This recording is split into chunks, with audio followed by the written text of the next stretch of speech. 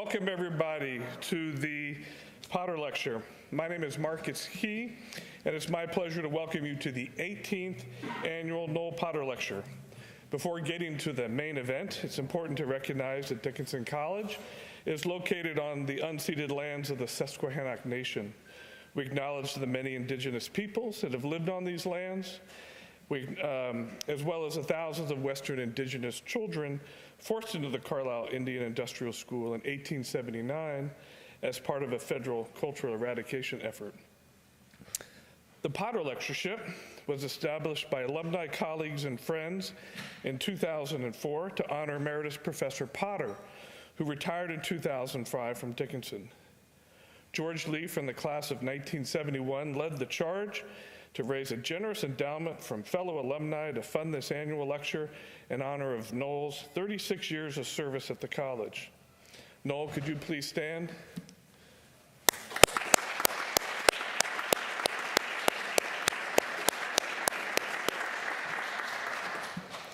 It's my pleasure to introduce our 18th annual Potter lecturer, Dr. Kevin Padian. Kevin got his bachelor's degree at Colgate and his PhD at the great Yale University. He's a distinguished professor of integrative biology and a curator in the Museum of Paleontology, now emeritus. That means he's old. At the University of California, Berkeley, not boring, where he's been for over 40 years. He's interested in the origin of major evolutionary adaptations such as flight and in the history of thought about biology and evolution, and we'll learn about that tonight. A lot of his focus is on the age of dinosaurs and how dinosaurs evolved into birds. Much of his current research is on how dinosaurs grew and how they lived, and this morning he gave a more technical departmental seminar on why T-Rex's arms are so short. In America, he's been a distinguished lecturer of Sigma Xi and won the Carl Sagan Award for the popularization of science, much of that coming after his 150 published scientific articles, 200 popular articles, and 10 books. He was named a fellow of the AAAS as well as the Western Evolutionary Biologist of the Year in 2008, among other awards. Dr. Padian is also the past president of the National Center for Science Education, the preeminent organization that explains creationism versus science issues to the public in the U.S. In 2005, which is what brings him to here tonight, he was an expert witness in the Dover, Pennsylvania intelligent design trial, which ruled that intelligent design is not science and cannot be presented as science in classrooms, and that bogus criticisms of evolution cannot be introduced to undermine its teaching. There's also a Dickinson connection to this trial, which we'll, I'm sure, hear about tonight. The title of Kevin's talk this evening is Evolution, Education, and Intelligent Design, Lessons from the Dover Trial. Welcome, Kevin.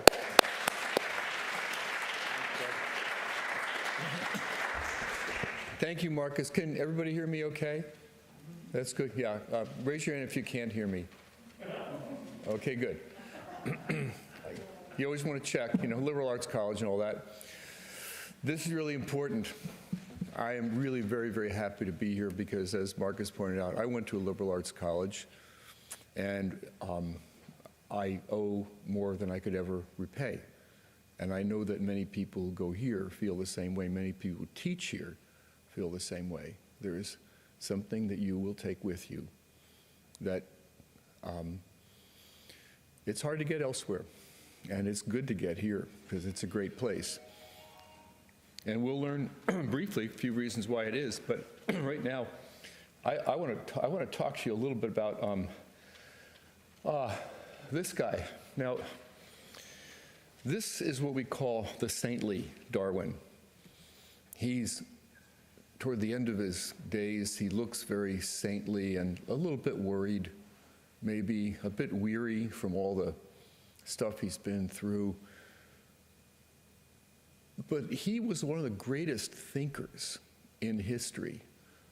He's so amazing that even now, biologists still are trying to catch up and integrate all the things he put together. It's so hard to do all that because he was so well-versed in things and so patient and so thorough in what he did. as you may know, Darwin developed a theory of evolution by natural selection.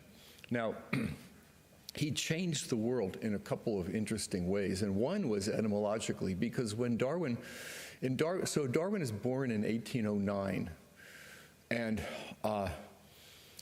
he gets back from the Beagle voyage at 1837, and he's a young man when he goes on that trip, and he learns so much, and he comes back, and by the time he got back from the Beagle voyage, he had come up with some very important ideas about what we call evolution. But in those times, the word evolution wasn't used. In my graduate seminars, the first time we did our seminar on Darwin, we first went, I got a set of the Encyclopedia Britannica from the 1850s. And we just put the 18 volumes on the table, and everyone leafed all through them. And I said before they leafed, I said, what words do you want to look at? And they said, evolution, ecology, this natural selection. They go, okay, fine, good. All right, open the books. They couldn't find any of the terms that they were looking for because the words had changed so much, or they weren't invented, or that guy hadn't put it together yet. Evolution, in that, he doesn't use the word evolution in The Origin of Species. The last word of the book is evolved. And the reason he doesn't use it is that it had a particular meaning in those days. It meant a predestined unfolding of things. And Darwin did not think that the history of life was predestined. He didn't want that connotation. He used the term transmutation, which you also would not find in the Encyclopedia Britannica of this time, although it was a word that was in use. And it was because that was what he wanted to talk about, change from one kind into another. And this was the daring idea that it wasn't that people hadn't thought of it before, but nobody had produced a convincing mechanism. And that was pretty much what he was on about. Darwin's definition of evolution, he called it descent with modification. It's the simplest and I think the best one still, because it encompasses the two major things that he was talking about. First of all, the fact that everything has a common origin with each other, and that through these generations and generations and millions of years, they adapted to different environments, these lineages, and they changed. And no one knew why, because they didn't understand genetics. They knew a lot about heredity, but not genetics. And so descent with modification really nicely encompassed what he was talking about. Why are these definitions important? Well, because this definition came into play in the latter end of the 1900s and into the early decades of this millennium, mainly the first years. And it's a perfectly reasonable definition. It actually comes from an old National Academy of Science publication. And it's an okay definition of some parts of evolution, but random variation and natural selection defines evolution about as well as a house is defined by a front door and the plumbing. They're important, but they're not everything. It's not by any means the most, and the part of this is, what is the word there that is the scary word? What's the scary word? Random, of course. Random is the scary word. Now, why is that scary? Well, it's scary to parents of a certain age because when you said something to your kid would go back, "Oh, Dad, that's so random." Right. You've done it. And what was meant by that is that it just came from out of nowhere. There wasn't any rhyme or reason, nothing logical about that. But to a scientist, random means something entirely different. Here's an example. The internet is wonderful. Some years ago, I found this statistic, okay? Riverside, California. That's many household fires per year. So that's 0.05%. So that's 5 in 1,000, right, or 10,000, whatever it is. I'm not a math major. The probability your Riverside house will burn, all things being equal, is this, okay? If the causes of fire were random, and that's a very important statement, if the causes of fire were random, but we know they're not random, okay? You're smoking in bed, right? You're kicking over the lava lamp when you're stoned. You know how this goes, all right? So it's not a question of the cause being random. It's the distribution of these outcomes in the population. But when we analyze something statistically, we already know what those outcomes are. We know that in evolution, a trout's head is not going to pop up on a duck.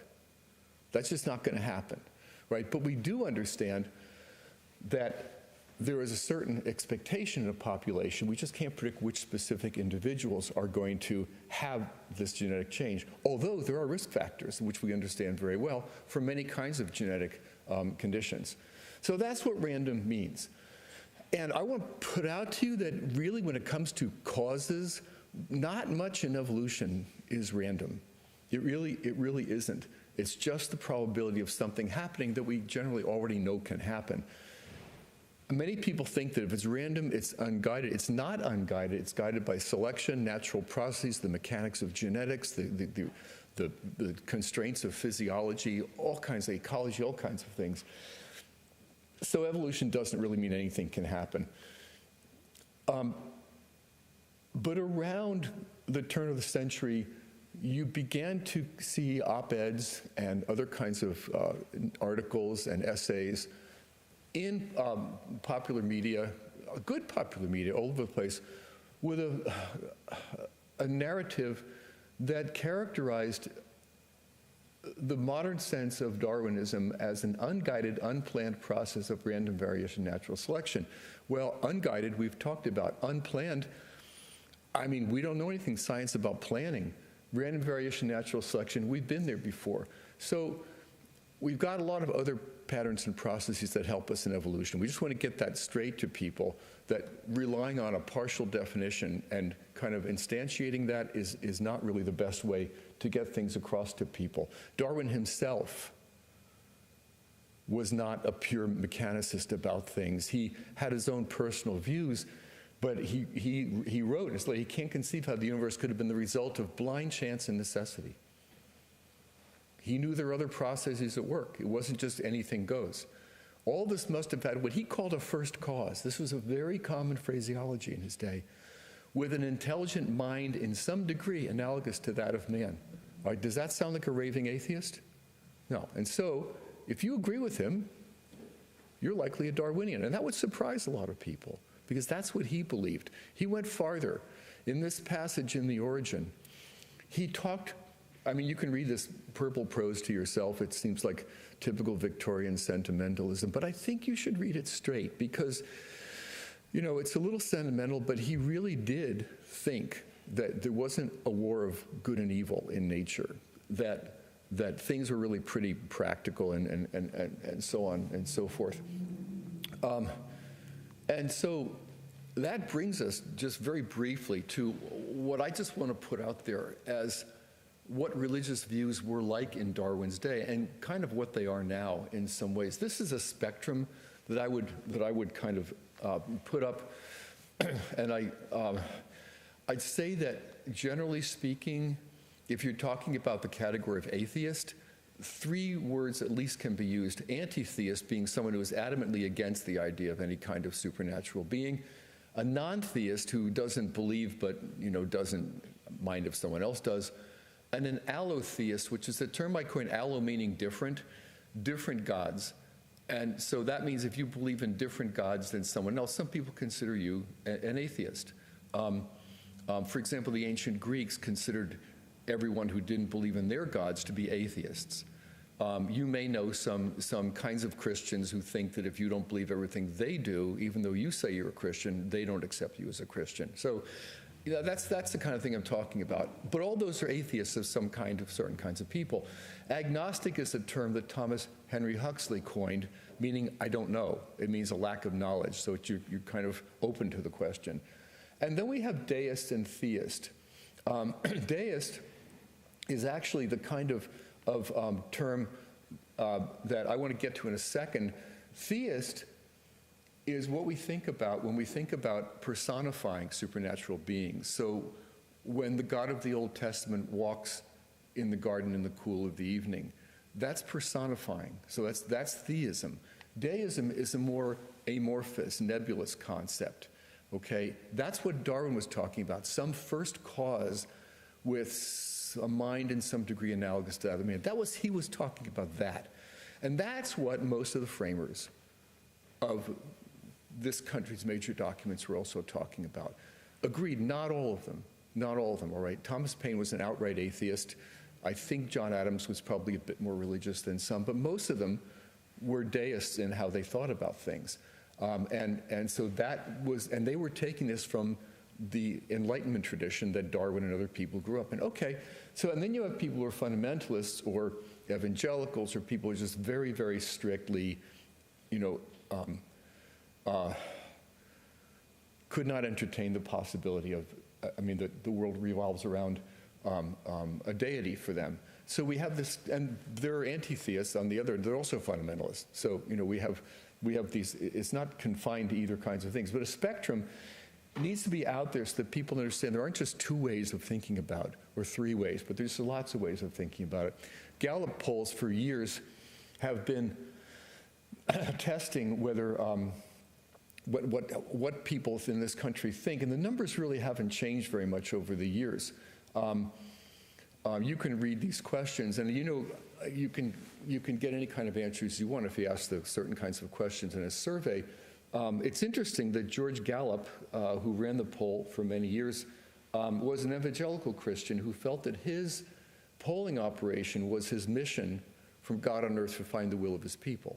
So this is, I don't know whether that affected the way that the questions were framed, but I think it's ambiguous in a lot of ways. For example, the third one, God created human beings pretty much in their present form at one time in the last 10,000 years or so. Yeah, pretty much in their present form. You might say, oh, that's a fundamentalist Christian answer.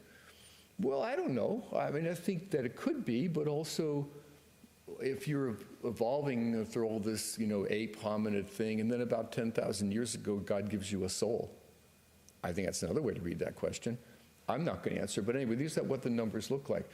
And so those are the kinds of numbers that you get. But about 20 years ago, People for the American Way, which Norman Lear's group asked it a different way. Is the scientific theory of evolution compatible with belief in God? And it turns out, survey says, 2/3 of the people said yes, and 1/3 people were uncertain. So 1/3 of us have a problem with this question of compatibility.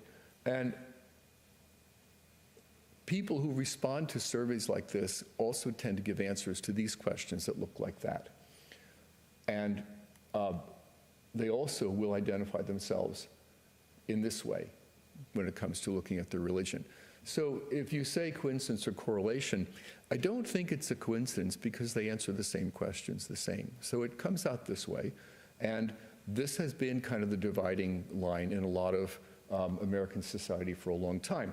And some of this led to the proposition about 20 years ago that maybe we should be teaching an alternative to evolution in our schools. This was called intelligent design. We're going to learn a bunch about it. It's basically the idea that sometimes, gosh, the structures in biology, they didn't really talk about chemistry or physics. It was always biology. Biological structures were so complex that they really couldn't have evolved by the processes we understand. And therefore, when you find an example like that, you have to accept that it was helped along, if you will, intelligently designed by a supernatural being. So should we teach intelligent design in our schools? I miss this guy.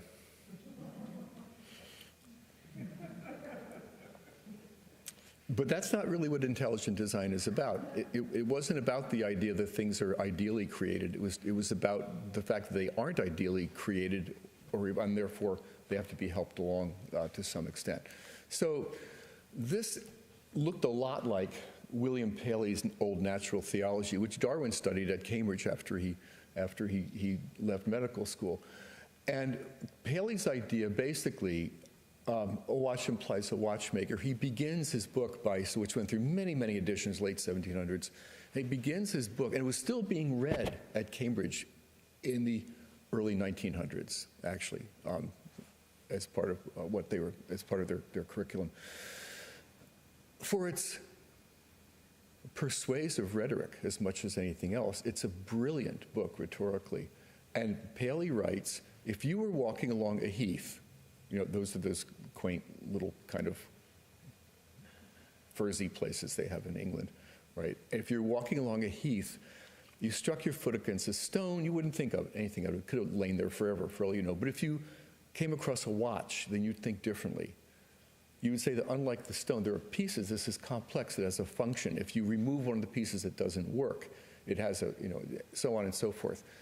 And because it's so complex, it must have been designed by somebody and manufactured. And Paley argued, just like this watch, the world is so complex with the great interactions of bees and birds and flowers and all these other things, that it must be designed. We could not just say this was assembled by any kind of random processes. And it was a brilliant argument that held sway for a lot of people. And why was this a curriculum at Cambridge and elsewhere? Because Paley's idea was, by studying nature, we can actually learn about the Creator, something about the Creator, the mind of the Creator. So this was, of course, an important thing for people to learn. And Darwin wanted to become a country parson so that he could do this. He could go collect his beetles and plants all week and give a sermon on the weekend. And that to him would be an ideal existence, but fate had other things in store. As some people have pointed out, it's kind of tough, because what would you conclude about the designer if the watch kept shocking you all the time, regardless of what you did? What would you conclude from this? And so there are all kinds of ways that you can start interpreting, because as we know, there are things in nature that seem unduly cruel and nasty and awful and wasteful. And so, what are you supposed to conclude about a creator from that? So these were some difficulties of this program. The idea of intelligent design was not theistic evolution, which you saw on that spectrum, because under that view, God creates the universe, lets them run, okay? And that's a religious idea, but you can still investigate all the processes because God doesn't interfere. And I have lots of friends who are devout, fundamentalist Christians, but they believe this. And they're very happy with evolution because, look, it's just mechanics. But God put it all in, just looking how wonderful this is. This is incredible. Intelligent design is a little bit different because the universe is perfectly designed. It implies a creator, but sometimes these natural processes, as we study them, we can't account for that design or complexity. So the deity has had to interfere miraculously. Now, this is what we call a science stopper, because you can't investigate further when somebody tells you this. And that's tough, because as scientists, we don't like to be stopped by natural things. We can't talk about supernatural things. That's fine. We don't care whether, you like Bach or Mozart or anybody. But that's how we look at it. So how did they talk about this and say this is scientific? Well, that's just pretty much what I just said. One of the main things they have is an idea called irreducible complexity, which is basically a fancy way of saying that when you run across these structures, that you can't figure out any way that you could have a mechanism to go from point A to point B, or whether it seems so improbable mathematically that you could never get there. Then you have to admit that there is a creative intelligence behind this. And Mike Behe at Lehigh is one proponent, but there were many of one stripe or another among different kinds of academic disciplines and other walks of life.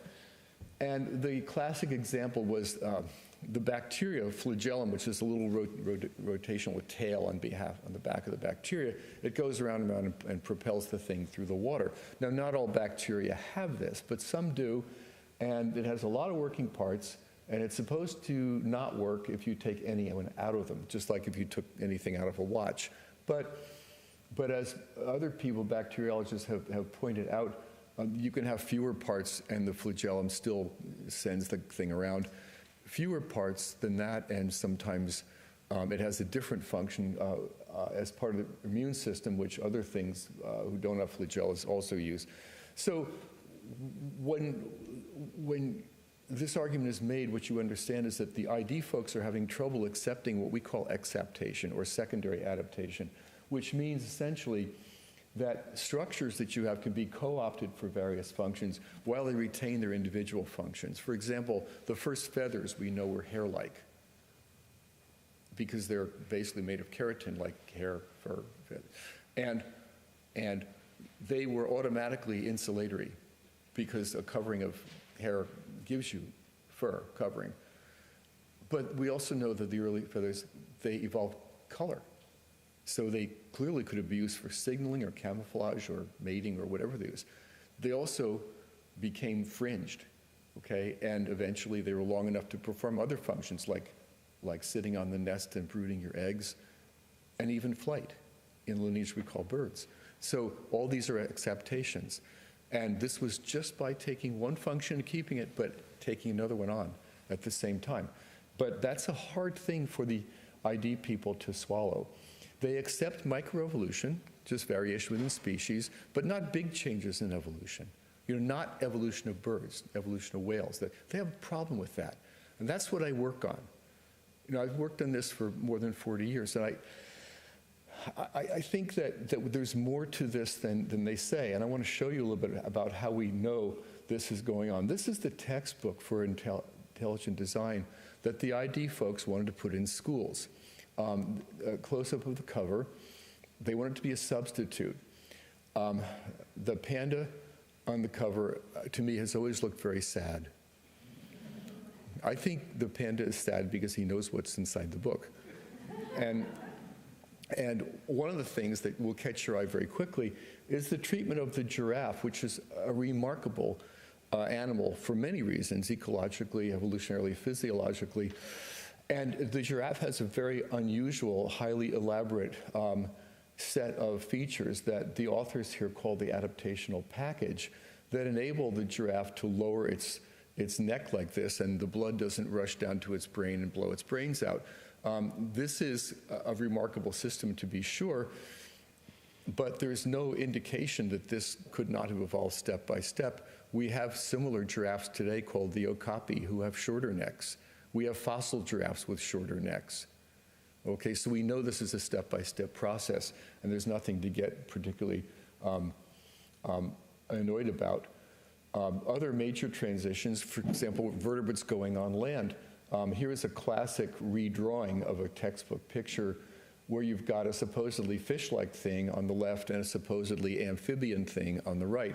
And these are drawn in a way that makes you feel that they're really, really different. They're not in the same position. You don't see any of the bones being corresponding to each other. And so the scientific version that we would put out, this is an example. My graduate student at the time, Brian Swartz, developed this kind of diagram, which he called an evogram. And this evogram contains a lot of information at once. On the top line, he's showing you how the reduction of digits in the hand went from 8 to 7 to 6 to 5. And you've got pictures of the specimens so you know what they actually look like. Then you've got schematic diagrams where you can see the corresponding parts as we understand them by the way they contact with each other as they develop. And as we find them evolving in the fossil record. Then there are pictures of what we think the animals looked like in life. And so there you can see that it isn't just a one-step jump from step A to step B. We've got a lot of critters that have intermediate features in between. And this is a much less stark, less extreme transition than we actually find in the fossil record. The great tragedy to me is that this has not been in textbooks all along because we've known about this for many, many decades. I'm just give you an extended example from whales. I'm going to try to run through it quickly because I know you like whales. But I wanted to show you the passage in which the ID folks say that scientists don't know anything about the origin of whales. You'd expect to find some evidence that we had any. We believe, it says by and large Darwinists believe that whales evolved from land animals, but they say we don't have any evidence of this. You'd think there would be evidence of this. Well, I could show you like a lot of scientific papers dating back to the 1960s that document what I'm about to show you here, but instead one of my students, Nick Padian, who's for many years been a curator at the Smithsonian, one of our great whale experts, put together for us this phylogeny showing that artiodactyls, or all the hoof mammals that don't include horses and rhinos and tapirs, are a group, and that hippos and whales belong in that group, that hippos are the closest thing to whales, which we know actually from the molecular evidence, not even the fossil evidence. But it works for us. It's just fine. Everybody likes hippos, so we have to have a slot of hippos here. All right. But then we get into the whales that we start finding in the Eocene, 50-something million years ago. And Pachycetus is the first one, comes from Pakistan. Here's a top side and under view of its skull. And you may say, well, that doesn't look much like a whale skull. What was really striking to the paleontologists is that the ear region, which is a very particular region in the skeleton that's very characteristic of different groups of animals, corresponded to the ear region of whales today. But that wasn't all. This was the rest of the skeleton restored in Pachycetus. And you're still going to say, this does not look like a whale. No, it does not look like a whale. Today's whale. But if you're in the Eocene, it's somewhat different. When people took the isotopic composition of the bones, looked at the delta oxygen ratios, they saw that, for example, here, let me see if I can find the button that does this. Yeah, well, it's a small thing. Maybe you can't see the pointer. But the left gray column is living critters that live in fresh water, and living critters live in marine water. So if we look at living freshwater and marine cetaceans, dolphins, porpoises, whales, we can find a good distinction in the oxygen isotope ratio. But if you go back to Pachycetus down here, the second from the bottom, and some of these other extinct whales from the Eocene and Miocene, you find that they're all squarely in the marine column. Why are they not in the freshwater column? Because apparently even in the Eocene, they're wandering into the open ocean. And how can they do that? Can they swim? Well, I don't know if they could swim, but if you take a look at their feet, they're not hoofy feet. These are feet that are okay for moving around in soft bottoms. And so I'm betting that they did something like this in those early shores. What else do we know? The next group we have Ambulocetus, which literally means walking whales. Again, has that ear region. There are some interesting things that start to happen. The arms, the hands start to become larger here, and the vertebrae become a bit thicker. The whole skeleton in Protocetids, the next group up, becomes a little bit more interesting even. The hips decouple from the backbone. And I know you think that might hurt, but the fact is that they're not using them in the same way. And what it seems like they're doing is being able to undulate that backbone up and down even better than mammals can do on land, which is another indication that whales come from land mammals. They also begin to, wait, am I missing something here? Those three bones on the bottom are ankles, and I'm going to get back to those in a minute, but I want you to take a good look at those. The nostrils also start receding backwards in these animals, and so blowholes of whales are very far back. Okay, the skull starts to change shape. Here is the ankle, and in these whales, these Protocetids, they still have the very characteristic ankle of the artiodactyls. That is to say, it's a double pulley joint with this big heel that comes off the back. It's very characteristic of artiodactyls. And they still have this in these early whales that still can probably walk on land. Now you get to the basilosaurids, which have very long limbs, and they're more receded nostrils, and very, very tiny limbs. The hind limbs are now not just decoupled, they're minuscule, they're highly reduced. And if you take a close-up of this, you can see right in the center of that ankle, that little double pulley joint with the little heel coming off the back. Why would a marine animal need that? The answer is the animal doesn't need that, but that's evidence of its origin from land animals. At least that's how scientists think of it. And then today we have critters with sometimes no hind limbs left at all. So these are at least some stages in the evolution of certain characters in the skull and the backbones and the limbs that we understand from fossil whales, that we've understood for decades. Why would the people who are writing pandas say that we don't know anything about this? I've never been able to understand that. But this is the problem, I think, that they let themselves in. I'm going to tell you pedagogical problems, scientific problems, and theological problems, basically. The one problem is that you know, telling students that scientists don't know and there's no way to get there, what happens when we do find evidence of any kind of transitional features? Then what are kids to think? Or they think the teacher's wrong, the book is stupid, or that, I don't know, or their parents don't, I don't know what they're supposed to think, okay? We know why it's not science, because supernatural intervention was excluded explicitly from science, okay, by the Enlightenment, at least. And we don't want to let it back in for reasons that would be injurious to religion, not for reasons that are injurious to science, because personally, I don't think religious ideas would have much deleterious effect on science, but I don't think they would help. On the other hand, if we are allowed or enjoined to test religious ideas by science, you're really going to get into trouble. Scientists don't want to be told that certain natural phenomena are off limits. Anything else is fine, but not that's our job.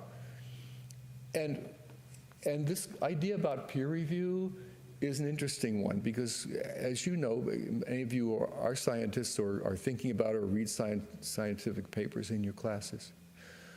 When a paper like is submitted to a journal, it doesn't just get published. It's sent out for review to people that you don't know who they are most of the time, and they may not know who you are, but they evaluate your research. They say what's good about it. They say what problems they have with it. They say what maybe you should do more on. If they say that they really don't like it, they say you should rewrite it, or they might recommend rejection, and so on. And this, if the paper is accepted, it doesn't mean it's completely right. It just means that it was okay. You know, the experts didn't find anything wrong with it. But they may not have been the best experts to evaluate it. You just don't know. So the peer review process is not by any means ironclad, but it's all we've got. I'm not a theologian. I'm not going to tell you I play one on TV, but what I know from talking to theologians is that it is problematic for most theology to imply that what the Creator does was imperfect. A lot of theologians would have big problems with that. In fact, I don't know a theologian who wouldn't or would think that maybe this is not even a relevant question. Divine intervention, which kind of went out, that's miracles, that kind of went out well before the Enlightenment. And I'm really afraid of this. I'm very concerned that science would be asked to test religious ideas. I mean, I've long maintained with people, I was arguing with the California Board of Education people. I said, look, you know, if you want to tell me, if you want to put religious stories in as science, if you want, I mean, Noah's Ark, you give me a class of third graders and the Noah's Ark story, in 20 minutes I'll give you 30 little atheists. It just won't work. And I can show you, and it's funny to go through the story because I have worked out how much space would be needed, the food, you know, no miracles here. No miracles. Okay, fine. All right, fine. No tricks like, oh, we're going to bring eggs. No. You bring reproductive adults. Okay. And this really worries me.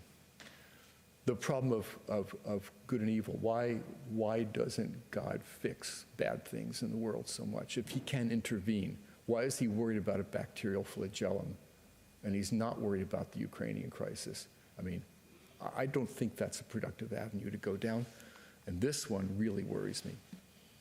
So I don't think that as theology, we want to go down the path that intelligent design is trying to lead us and trying to drag science in to support it.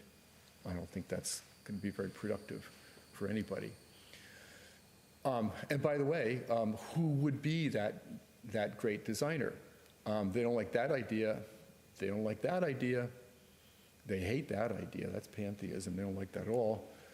Somehow they don't like any of those entities. That's the entity that they want. Why am I saying this so confidently? Because they say so themselves.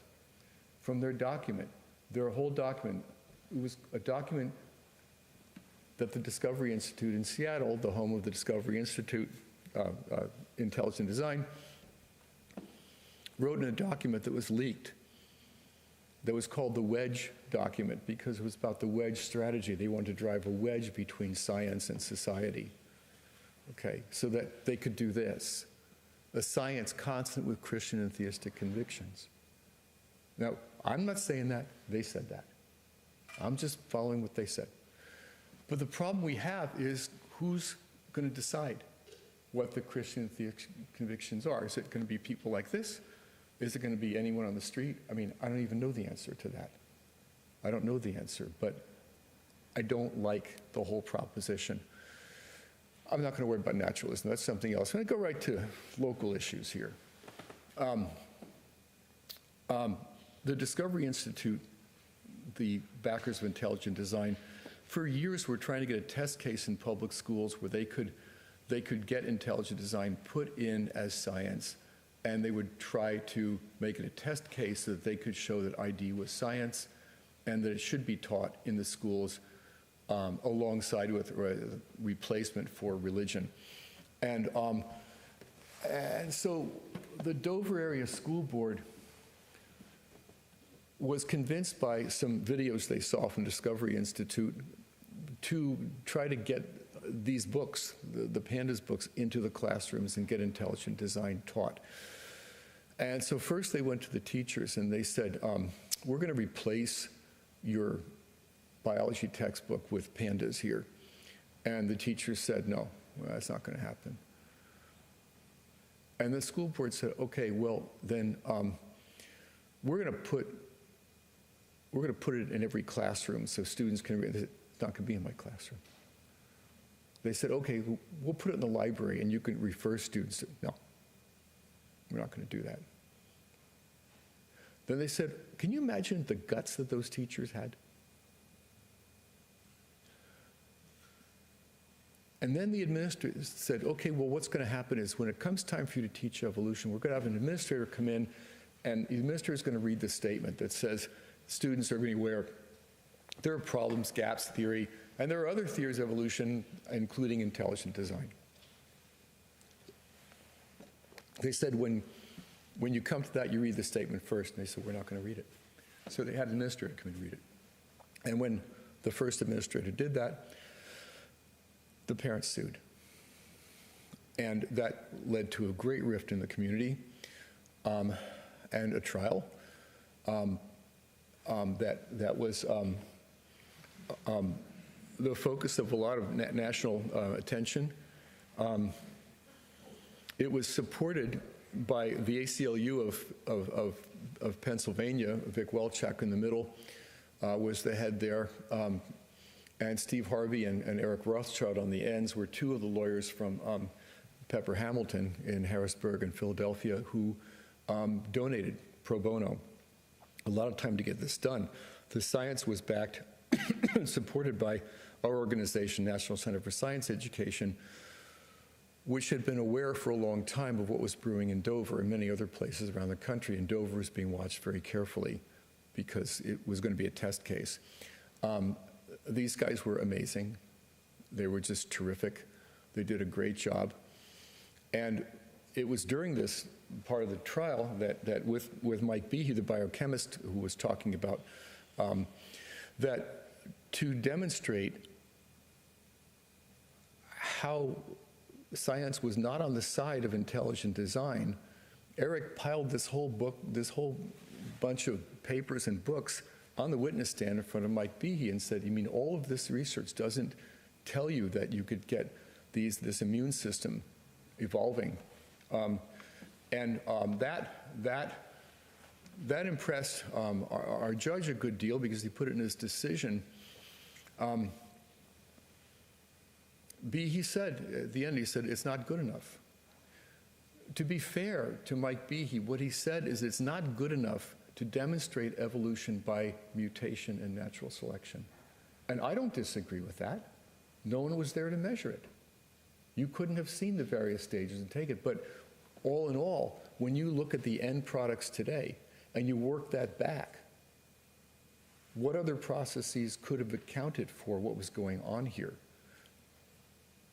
Behe's answer would have been, well, that's evidence of a designer. But if from the beginning you're not going to accept the natural processes, then that's what you resort to. And so, I mean, that's a belief system. It's, but it's not the way science thinks. And the idea that all we're trying to show here is the way ID thinks is not the way science thinks.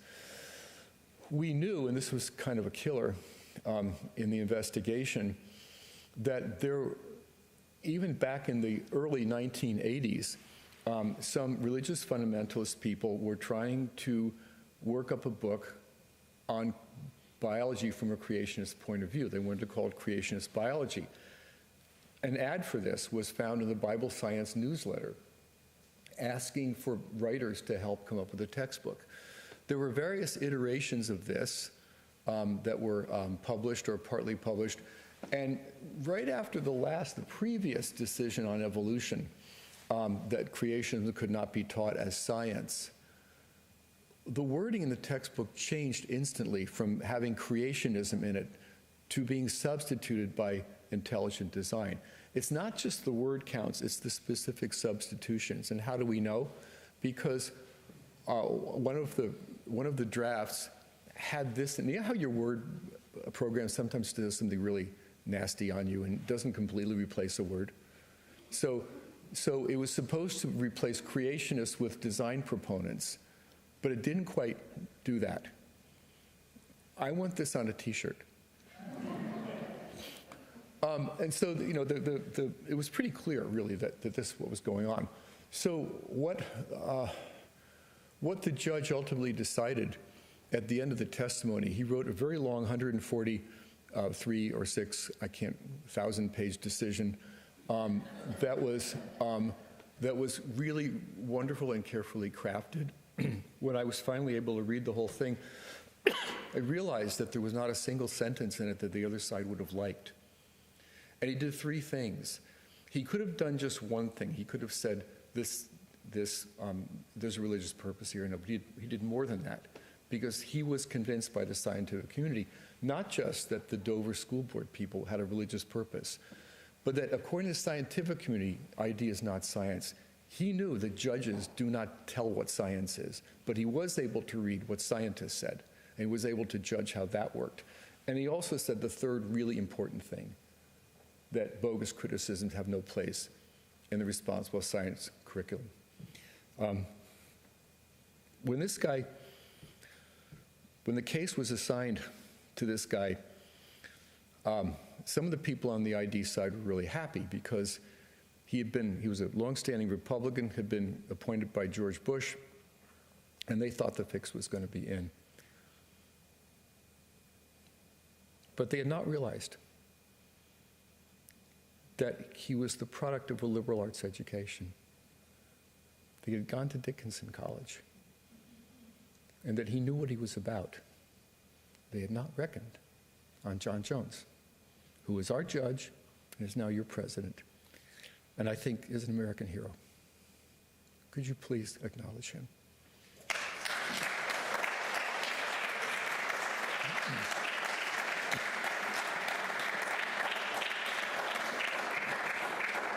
And can you please acknowledge Beth, who has stood beside this and had to put up with this the whole time?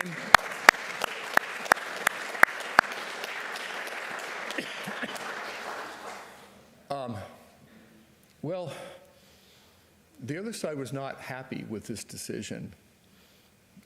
And I've really always liked this cartoon for that reason. The dark side of it is that there were death threats, and federal marshals had to be enlisted for quite some time for the family, because some people were not good losers. We're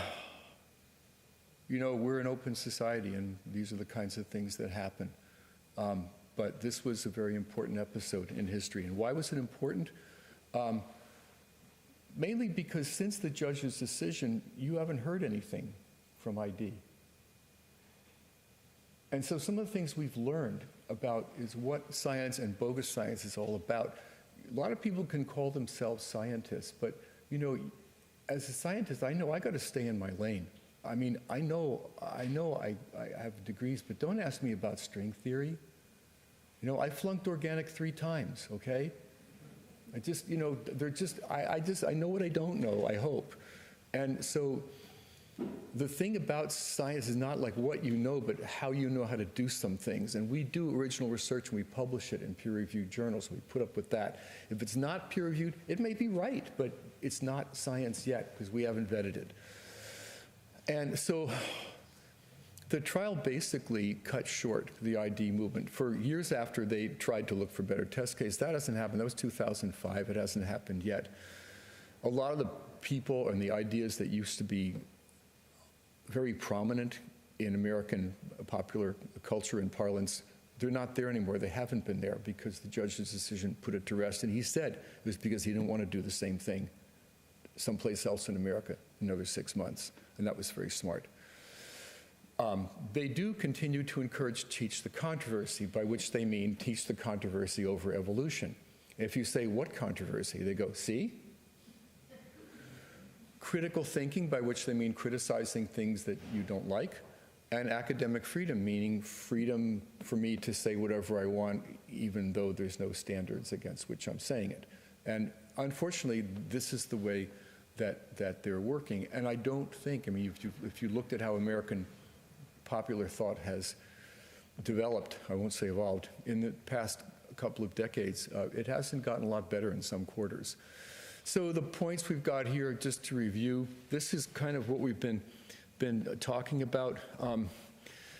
I know it's been wide-ranging and maybe incoherent for a lot of this, but I think it all kind of fits together in looking at how ideas evolved in American society, what we're looking on now.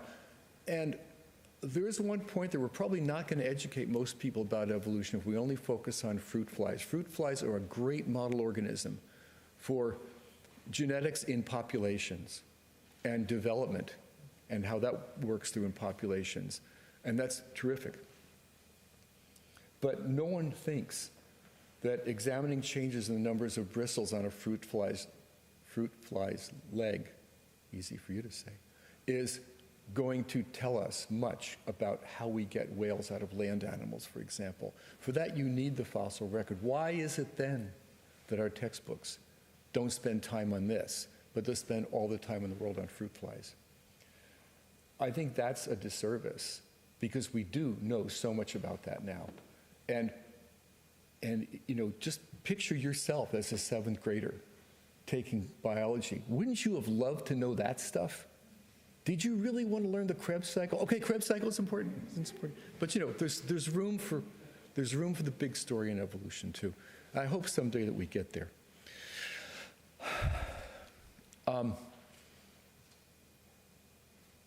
We'll give the last word to Darwin. And I want to thank you so much for having me. This has been a real privilege. Thank you.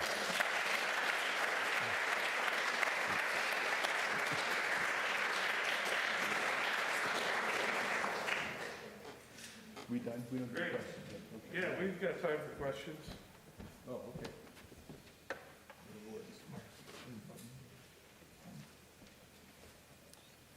Press and hold. Yeah. All right, who's got a question? Left. I'll start. Okay, who used the term bogus? Did he write that, or did you write that? Bogus. I did. Good. I use the word bogus definitions. The judge, now the president, is far too couth. Not me.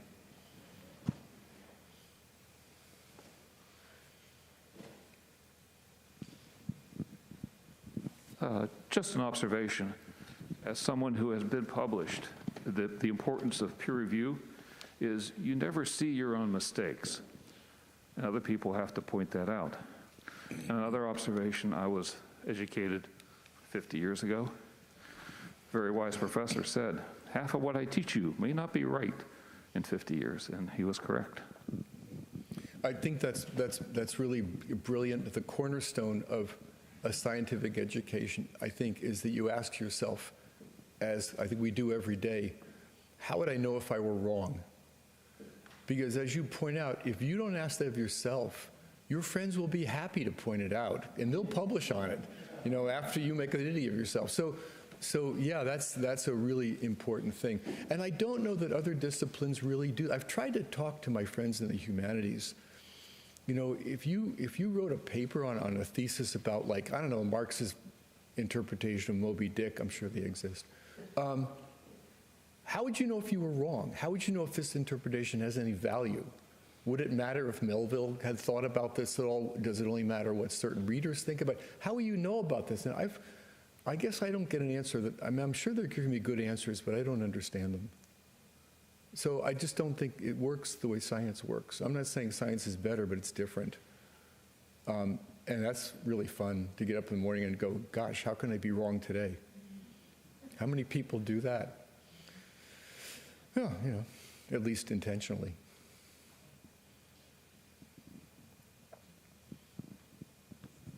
Dylan. This might be opening up a whole can of worms that goes into other things, but how, or has the creationist movement, what's left of it, how have they reacted to the COVID pandemic? Obviously, there's like a whole, you know, different people saying, oh, I have a science degree, I'm an expert on this, which, like you said, just because you have a science degree, it doesn't mean you're a scientist. Have they played a role in, say, COVID disinformation, or is that like just a completely separate issue? I know there are answers to that, and it's a great question. I haven't followed it because there's just been too much else to look at. You know, we do lament that there have been people who have misled public officials with ideas that are not mainstream. But sometimes you don't know, the mainstream isn't always right, and this was a crisis that is moving so fast in, as we say, real time, that our answers are provisional at best, as they always are in science, and they can change quickly. But the wonderful thing is you know, people have been saying, well, you know, you're changing your mind about things. Well, scientists, as we get more evidence, we do change our minds. They're saying, well, you said, first of all, no mask, then wear a mask, then no mask, then no mask. And so, well, yeah, but that's kind of come with the spread of the new strains of virulence. You know, it's like if it rains, you take your umbrella out. When it stops raining, you put it down. But if it rains, you put up your umbrella again. So you know, we should be able to adjust to this. Why is this so hard? Why do you need an absolute answer? And I think it's because people were so terrified. They were so impatient for this to be over that they just wanted to get rid of the masks and let's get out of here. Let's get back to normal. Was it wishful thinking? In part. Was it science-based? Well, a little bit. You know, do various things work? And did we have an anti-science bias behind that? Oh, in some quarters, probably, definitely. Was it religiously fueled? I can't tell you. I don't know. I don't have any evidence.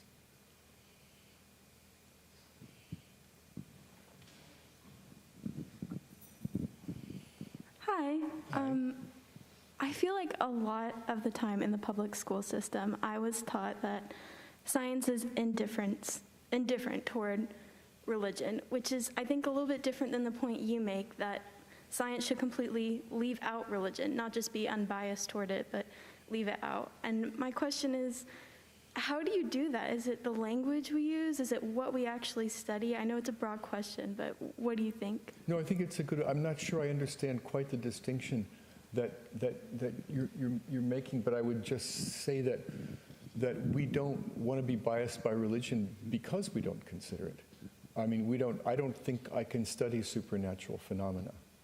I'm not saying they don't exist, but a case would have to be made on grounds that are not scientific, and you know, we call that faith. And I think that in science, you know, they say, well, scientists, they don't, you know, this isn't a matter of faith or belief. You know, scientists, they're reason, it's always facts, they're always evidence, they're always logic. Yeah, but there's one big belief that scientists have, and we start with this belief. We start with the belief that the natural world is amenable to human investigation. Not that it's all there is, not that there is anything else besides what we can investigate, but this is the only thing we can investigate. And everything else is just not within our remit. And that's how I want to keep it clean from the religious part of things, if that helps. But thank you. That's an important point to be made.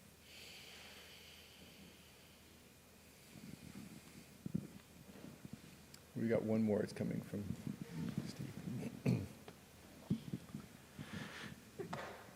Kevin, there's about a paper came out maybe about 2005, 2006. It was one, a commentary in Nature on the public acceptance of evolution.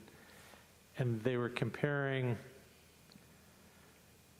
several countries throughout the world and sort of where the U.S. ranked on that. And the authors proposed several ideas for why the U.S. was so low relative to other presumably similar countries with similar education systems, although slightly different. I wondered if you wanted to comment on why and if there's something different that may be going on now since that paper came out that is continuing to keep us in this remarkably lower realm of that public acceptance of evolution. Yeah, the paper was written by Glenn Branch and Eugenie Scott from the National Center for Science Education. And they surveyed, I think it was 34 Western European countries and American countries. And they found that the US and Turkey were the last two on the list. And the apparent reason for the lack of acceptance proportionally in those countries is the proportion of fundamentalist religious people in the country. The difference is that Turkey had the Muslims and we have the Christians. And that was really the difference. And then you could see in other countries as those proportions changed with religious beliefs. So the acceptance of evolution did too. And I think the point you're bringing out is that in many places it's still one or the other. It's still a dichotomy. You know, it's not even the theistic evolution that so many Christians accept. Thank you for bringing that up. I think we have time for one final question. There's one.